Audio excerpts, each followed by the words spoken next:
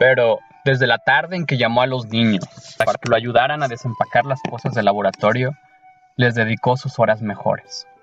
En el cuartito apartado, cuyas paredes se fueron llenando poco a poco de mapas inverosímiles y gráficos fabulosos, les enseñó a leer y a escribir y a sacar cuentas. Y les habló de las maravillas del mundo, no solo hasta donde le alcanzaban sus conocimientos, sino forzando a extremos increíbles los límites de su imaginación. Fue así como los niños terminaron por aprender que en el extremo meridional del África había unos hombres tan inteligentes y tan pacíficos que su único entretenimiento era sentarse a pensar, y que era posible atravesar a pie el mar Egeo, saltando de isla en isla hasta el puerto de Salónica. Aquellas alucinantes sesiones quedaron de tal modo impreso en la memoria de los niños que muchos años más tarde, segundos antes de que el oficial de los ejércitos regulares diera la orden de fuego al pelotón de fusilamiento, el coronel Aureliano Buendía volvió a vivir la tibia tarde de marzo en que su padre interrumpió la lección de física y se quedó fascinado, con la mano en el aire y los ojos inmóviles, oyendo a la distancia los pífanos y tambores y sonajas de los gitanos, que una vez más llegaban a la aldea, pregonando el último y asombroso descubrimiento de los sabios de Memphis. Eran gitanos nuevos, hombres y mujeres jóvenes que solo conocían su propia lengua, ejemplares hermosos de piel aceitada y manos inteligentes, cuyos bailes y músicas sembraron en las calles un pánico de alborotada alegría. Con sus loros pintados de todos los colores, que recitaban romanzas italianas, y la gallina que ponía un centenar de huevos de oro, al son de la pandereta, y el mono amaestrado que adivinaba el pensamiento, y la máquina múltiple que servía al mismo tiempo para pegar botones y para bajar la fiebre, y el aparato para olvidar los malos recuerdos, y el emplasto para perder el tiempo, y un millar de invenciones más, tan ingeniosas e insólitas que José Arcadio Buendía hubiera querido inventar la máquina de la memoria para poder acordarse de todas. En un instante transformaron la aldea. Los habitantes de Macondo se encontraron de pronto perdidos en sus propias calles, aturdidos por la feria multitudinaria. Llevando un niño de cada mano para no perderlos en el tumulto, tropezando con saltimbanquis de dientes acorazados de oro y malabaristas de 6 brazos, sofocado por el confuso aliento de estiércol y sándalo que exhalaba la muchedumbre, José Arcadio Buendía andaba como un loco, buscando a Melquiades por todas partes, para que le revelara los infinitos secretos de aquella pesadilla fabulosa. Se dirigió a varios gitanos que no entendieron su lengua. Por último, llegó al lugar hasta donde Melquiades solía plantar su tienda, y encontró un armenio taciturno que anunciaba en castellano un jarabe para hacerse invisible. Se había tomado de un golpe una copa de la sustancia ambarina, cuando José Arcadio Buendía se abrió paso a empujones por entre el grupo absorto que presenciaba el espectáculo, y alcanzó a hacer la pregunta. El gitano le envolvió en el clima atónito de su mirada, antes de convertirse en un charco de alquitrán pestilente y humeante, sobre el cual quedó flotando la resonancia de su respuesta. Melquiades murió. Aturdido por la noticia, José Arcadio Buendía permaneció inmóvil, tratando de sobreponerse a la aflicción, hasta que el grupo se dispersó, reclamado por otros artificios, y el charco del armenio taciturno se evaporó por completo. Más tarde, otros gitanos le confirmaron que, en efecto, Melquiades había sucumbido a las fiebres en los médanos de Singapur, y su cuerpo había sido arrojado en el lugar más profundo del mar de Java. A los niños no les interesó la noticia. Estaban obstinados en que su padre los llevara a conocer la portentosa novedad de los sabios de Memphis, anunciada a la entrada de una tienda que, según decían, perteneció al rey Salomón. Tanto insistieron que José Arcadio Buendía pagó los 30 reales y los condujo hasta el centro de la carpa, donde había un gigante de torso peludo y cabeza rapada, con un anillo de cobre en la nariz y una pesada cadena de hierro en el tobillo, custodiando un cofre de pirata. Al ser destapada por el gigante, El cofre dejó escapar un aliento glacial. Dentro solo había un enorme bloque transparente con infinitas agujas internas, de las cuales se despedazaba en estrellas de colores la claridad del crepúsculo. Desconcertado, sabiendo que los niños esperaban una explicación inmediata, José Arcadio Buendía se atrevió a murmurar. «Es el diamante más grande del mundo». «No», corrigió el gitano, «es hielo». José Arcadio Buendía, sin entender, extendió la mano hacia el témpano, pero el gigante se la apartó. «5 reales más para tocarla», le dijo.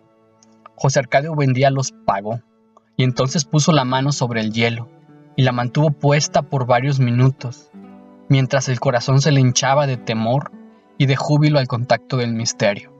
Sin saber qué decir, pagó otros 10 reales para que sus hijos vivieran la prodigiosa experiencia. El pequeño José Arcadio se negó a tocarlo. Aureliano, en cambio, dio un paso para adelante y puso la mano y la retiró en el acto.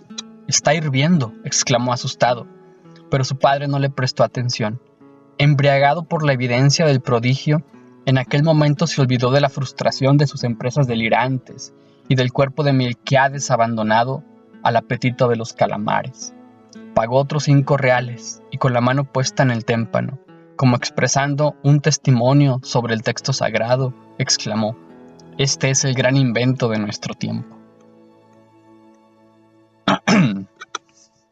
Cuando el pirata Francis Drake asaltó a Riohacha en el siglo XVI, la bisabuela de Úrsula Iguarán se asustó tanto con el toque de rebato y el estampido de los cañones que perdió el control de los nervios y se sentó en un fogón encendido. Las quemaduras la dejaron convertida en una esposa inútil para toda la vida. No podía sentarse sino de medio lado, acomodada en cojines, y algo extraño debió quedarle en el modo de andar, porque nunca volvió a caminar en público. Renunció a toda clase de hábitos sociales, obsesionada por la idea de que su cuerpo despedía un olor a chamusquina. El alba la sorprendía en el patio sin atreverse a dormir, porque soñaba que los ingleses, con sus feroces perros de asalto, se metían por la ventana del dormitorio y la sometían a vergonzosos tormentos, con hierros al rojo vivo. Su marido, un comerciante aragonés con quien tenía 2 hijos, se gastó media tienda en medicinas y tratamientos, buscando la manera de aliviar sus terrores. Por último, liquidó el negocio y llevó a la familia a vivir lejos del mar, en una ranchería de indios pacíficos, situada en las estribaciones de la sierra, donde le construyó a su mujer un dormitorio sin ventanas, para que no tuvieran por dónde entrar los piratas de sus pesadillas. En la escondida ranchería vivía de mucho tiempo atrás un criollo cultivador de tabaco, don José Arcadio Buendía, con quien el bisabuelo de Úrsula estableció una sociedad tan productiva que en pocos años hicieron una fortuna. Varios siglos más tarde, el tataranieto del criollo se casó con la tataranieta del aragonés. Por eso, cada vez que Úrsula se salía de casillas con las locuras de su marido, saltaba por encima de 300 años de casualidades y maldecía la hora en que Francis Drake asaltó Riohacha. Era un simple recurso de desahogo, porque en verdad estaban ligados hasta la muerte por un vínculo mucho más sólido que el amor, un común remordimiento de conciencia. Eran primos entre sí. Habrían crecido juntos en la antigua ranchería que los antepasados de ambos transformaron con su trabajo y sus buenas costumbres en uno de los mejores pueblos de la provincia. Aunque su matrimonio era previsible desde que vinieron al mundo, cuando ellos expresaron la voluntad de casarse, sus propios pacientes trataron de impedirlo. Tenían el temor de que aquellos cabos de 2 razas secularmente entrecruzadas pasaran por la vergüenza de engendrar iguanas. Ya existía un precedente tremendo. Una tía de Úrsula, casada con un tío de José Arcadio Buendía, tuvo un hijo que pasó toda la vida con unos pantalones englobados y flojos, y que murió desangrado después de haber vivido 42 años en el más puro estado de virginidad, porque nació y creció con una cola cartilaginosa en forma de tirabuzón y con una escobilla de pelos en la punta, una cola de cerdo que no se dejó ver nunca de ninguna mujer y que le costó la vida cuando un carnicero amigo le hizo el favor de cortársela con una hachuela de destazar. José Arcadio Buendía, con la ligereza de sus 19 años, resolvió el problema con una sola frase: no me importa tener cochinitos, siempre que puedan hablar. Así que se casaron con una fiesta de banda y cohetes, que duró 3 días. Hubieran sido felices desde entonces, si la madre de Úrsula no lo hubiera aterrorizado con toda clase de pronósticos siniestros sobre su descendencia, hasta el extremo de conseguir que rehusara consumar el matrimonio. Temiendo que el corpulento y voluntarioso marido la violara dormida, Úrsula se ponía antes de acostarse un pantalón rudimentario que su madre le fabricó con lona de velero y reforzado con un sistema de correas entrecruzadas que se cerraban por delante con una gruesa hebilla de hierro. Así estuvieron varios meses. Durante el día, él pastoreaba sus gallos de pelea y ella bordaba en el bastidor con su madre. Durante la noche, forcejeaban varias horas con una ansiosa violencia que ya parecía un sustituto del acto del amor, hasta que la intuición popular olfateó que algo irregular estaba ocurriendo y soltó el rumor de que Úrsula seguía virgen 1 año después de casada, porque su marido era impotente. José Arcadio Buendía fue el último que conoció el rumor. «Ya ves, Úrsula, lo que anda diciendo la gente», le dijo a su mujer con mucha calma. «Déjalos que hablen», dijo ella, «nosotros sabemos que no es cierto». De modo que la situación siguió igual por otros 6 meses, hasta el domingo trágico en que José Arcadio Buendía le ganó una pelea de gallos a Prudencio Aguilar. Furioso, exaltado por la sangre de su animal, el perdedor se apartó de José Arcadio Buendía para que toda la gallera pudiera oír lo que iba a decirle. «¡Te felicito!», gritó. «A ver si por fin ese gallo le hace el favor a tu mujer». José Arcadio Buendía, sereno, recogió su gallo. «Vuelvo enseguida», dijo a todos, y luego a Prudencio Aguilar. «Y tú, anda a tu casa y ármate, porque te voy a matar». 10 minutos después, volvió con la lanza cebada de su abuelo. En la puerta de la gallera, donde se había concentrado medio pueblo, Prudencio Aguilar aún lo esperaba. No tuvo tiempo de defenderse. La lanza de José Arcadio Buendía, arrojada con la fuerza de un toro y con la misma dirección certera con que el primer Aureliano Buendía exterminó a los tigres de la región, le atravesó la garganta. Esa noche, mientras se velaba el cadáver en la gallera, José Arcadio Buendía entró en el dormitorio cuando su mujer se estaba poniendo el pantalón de castidad. Blandiendo la lanza frente a ella, le ordenó: «Quítate eso». Úrsula no puso en duda la decisión de su marido. «Tú serás responsable de lo que pase», murmuró José Arcadio Buendía. Clavó la lanza en el piso de tierra. «Si has de parir iguanas, criaremos iguanas», dijo, «pero no habrá más muertos en este pueblo por culpa tuya». Era una buena noche de junio, fresca y con la luna, y estuvieron despiertos y retozando en la cama hasta el amanecer, indiferentes al viento que pasaba por el dormitorio, cargado con el llanto de los parientes de Prudencio Aguilar. El asunto fue clasificado como un duelo de honor, pero a ambos les quedó un malestar en la conciencia. Una noche en que no podía dormir, Úrsula salió a tomar agua en el patio y vio a Prudencio Aguilar junto a la tinaja. Estaba lívido, con una expresión muy triste, tratando de cegar con un tapón de esparto el hueco de su garganta. No le produjo miedo, sino lástima, y volvió al cuarto a contarle al esposo lo que había visto, pero él no le hizo caso. «Los muertos no salen», dijo, «lo que pasa es que no podemos con el peso de la conciencia». 2 noches después, Úrsula volvió a ver a Prudencio Aguilar en el baño, lavándose con el tapón de esparto la sangre cristalizada en el cuello. Otra noche lo vio paseándose bajo la lluvia. José Arcadio Buendía, fastidiado por las alucinaciones de su mujer, salió al patio armado con la lanza. Allí estaba el muerto, con su expresión triste. «Vete al carajo», le gritó José Arcadio Buendía.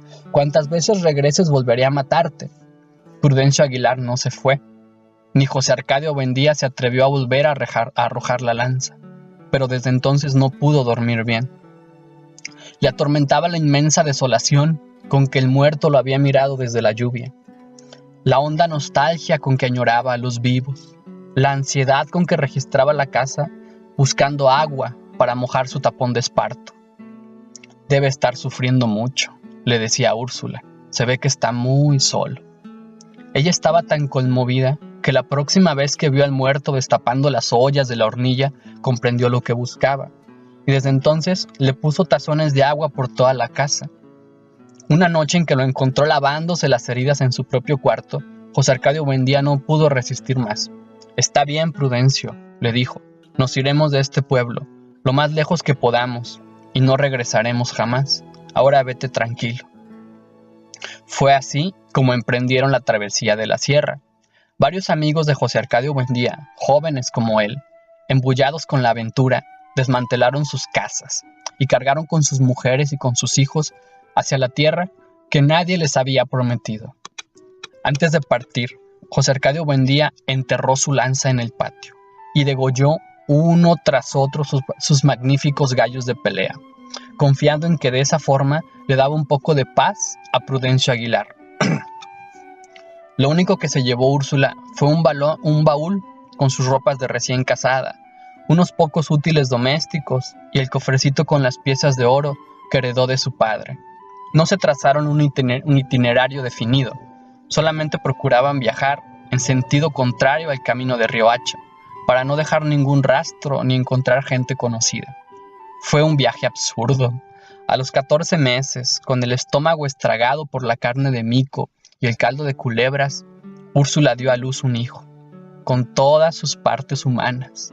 Había hecho la mitad del camino en una hamaca colgada de un palo que 2 hombres llevaban en hombros, porque la hinchazón le desfiguró las piernas y las varices se le reventaban como burbujas.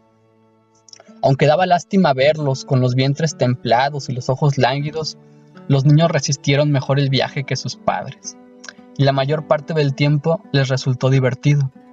Una mañana, después de casi 2 años de travesía, fueron los primeros mortales que vieron la vertiente occidental de la sierra.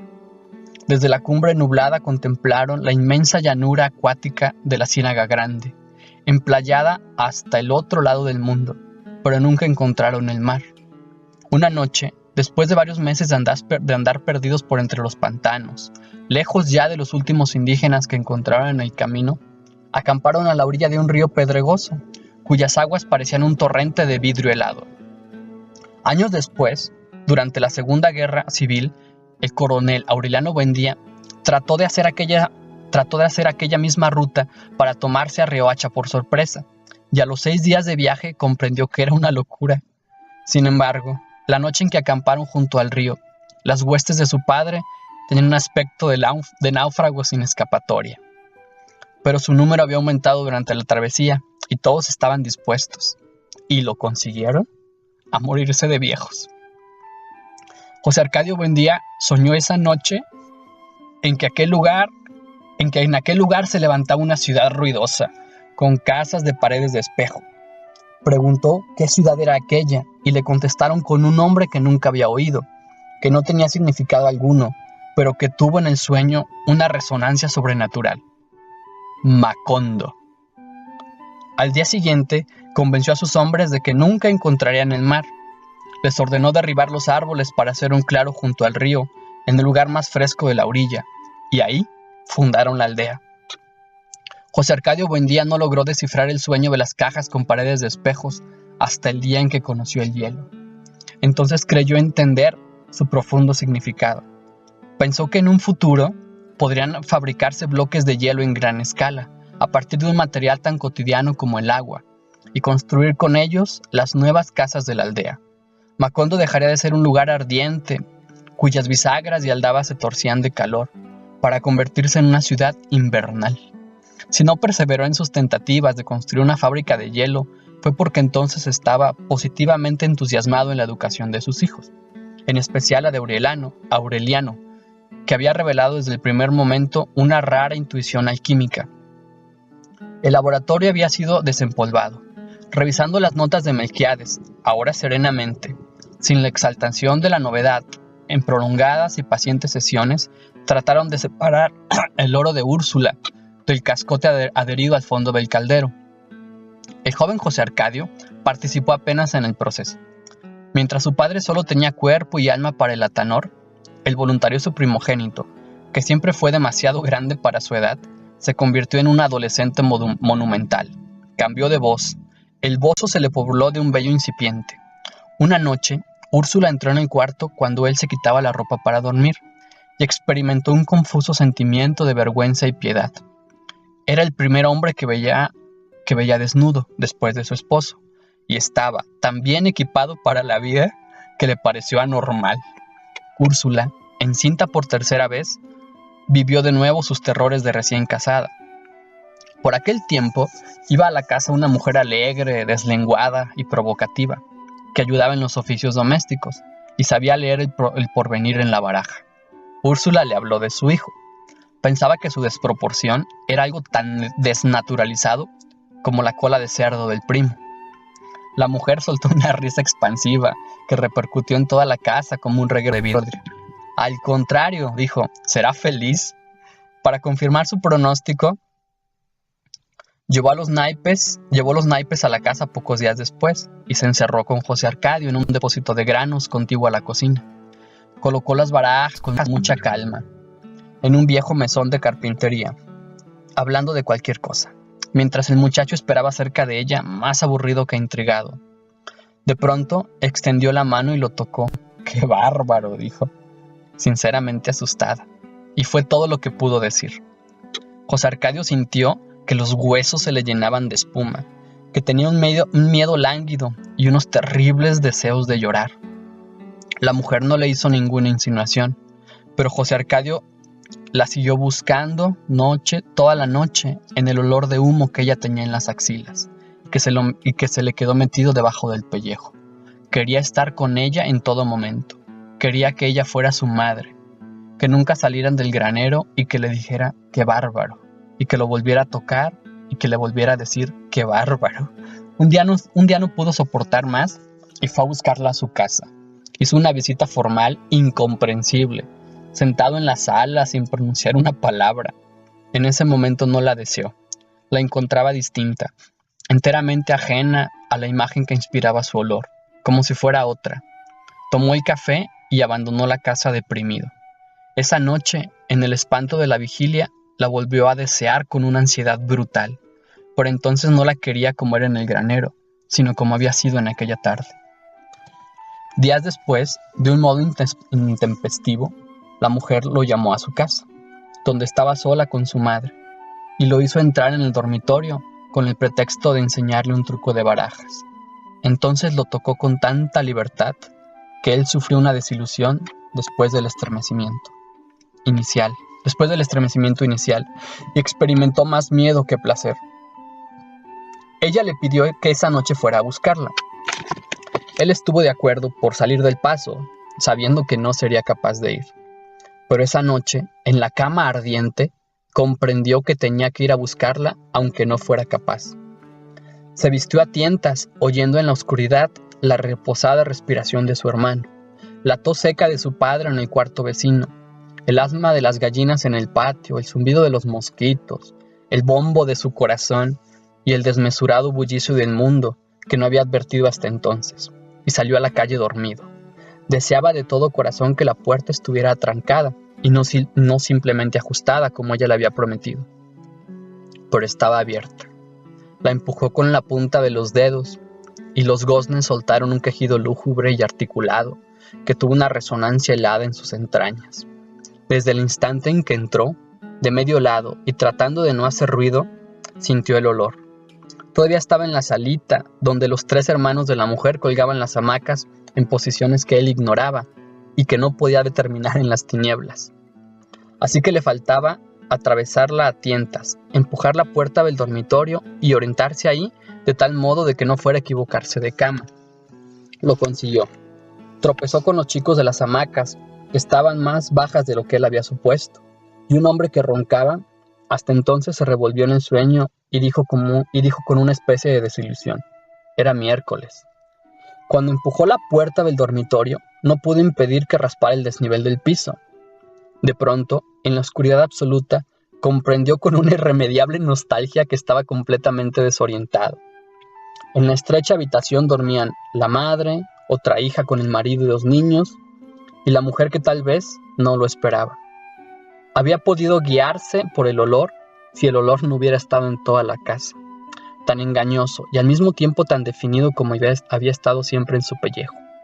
Permaneció inmóvil un largo rato, preguntándose asombrado cómo había hecho para llegar hasta ese abismo de desamparo, cuando una mano, con todos los dedos extendidos que tanteaba en las tinieblas, le tropezó la cara.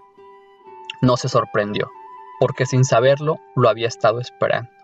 Entonces se confió a aquella mano, y en un terrible estado de agotamiento se dejó llevar hasta un lugar sin formas, donde le quitaron la ropa y lo zarandearon como a un costal de papas, y lo voltearon al derecho y al revés en una oscuridad insondable en la que le sobraban brazos, donde ya no olía más a mujer sino a amoníaco, y donde trataba de acordarse del rostro de ella y se encontraba con el rostro de Úrsula, confundamente consciente de que estaba haciendo algo que desde hacía mucho tiempo deseaba que se pudiera hacer, pero que nunca había imaginado que en realidad se podía hacer. Sin saber cómo lo estaba haciendo, porque no sabía dónde estaban los pies y dónde la cabeza, ni los pies de quién ni la cabeza de quién, y sintiendo que no podía resistir más el rumor glacial de sus riñones y el aire de sus tripas, y el miedo y el ansia atolondrada de huir, y al mismo tiempo de quedarse para siempre en aquel silencio exasperado y en aquella soledad espantosa.